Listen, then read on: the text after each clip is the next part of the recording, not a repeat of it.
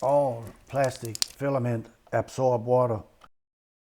Who wants this result when printing the latest invention? Or this? In 2 of my previous videos, I showed you how to dry your filament, how to make a dry box that can be used to feed your 3D printer, how to keep your filament dry with reusable desiccant, and how to dry your desiccant.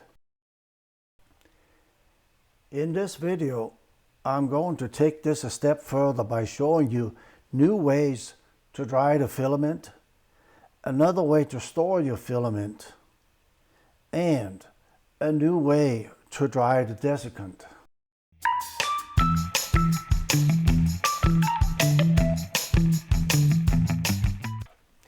New innovations have made filament drying much more convenient.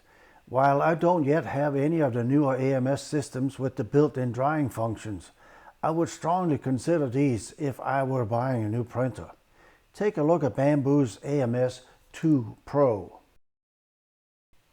or the AMS HT. These are not only sophisticated filament dryers, they are full-fledged AMS systems. Bamboo is not the only manufacturer that offers these new technologies. I just happen to pay attention to the Bamboo products.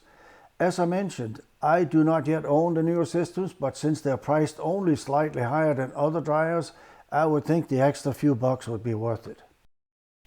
Long ago, I posted the filament storage dry boxes I use for external filaments that are not suitable for the AMS. Filaments like TPU are not handled well or at all by the AMS feeders. You can buy TPU for the AMS, but it's not the softest type of TPU. I designed that box with ball bearings as I found that even slight resistance will make your TPU print fail. This type of dry box is an overkill for mere dry storage of filaments. I found a very nice design online that I've used extensively. In fact, I've printed about a dozen or two of these. Not only are they easy to print and use, but they use a very inexpensive hygrometer. This design was made by a fellow that goes by Odin Stamper 3D. I see that he has even posted an updated version recently. I have links to his and my own dry boxes in the description. I got tired of burning my hands when drying desiccant in a microwave, so I made some drying boxes for my filament dryer. It's really easy to design these in Fusion, so if you have a different filament dryer yourself, make some drying boxes for your own dryer and make sure to post it for others to use. I use the Eibos driver that can hold 2 filament rolls at once and can go as high as 70 degrees Celsius on the temperature. I have a link in the description for this dryer, but again, the price is so close to what an AMS HT costs. If you get one of those, you don't need these drying boxes or a microwave. In order for your drying boxes not to melt in the filament dryer, you will need to use a filament that's heat resistant. I used ABS, and that worked just fine when drying desiccant for several hours. So far, I've had good results drying my desiccant in the filament dryer I already owned.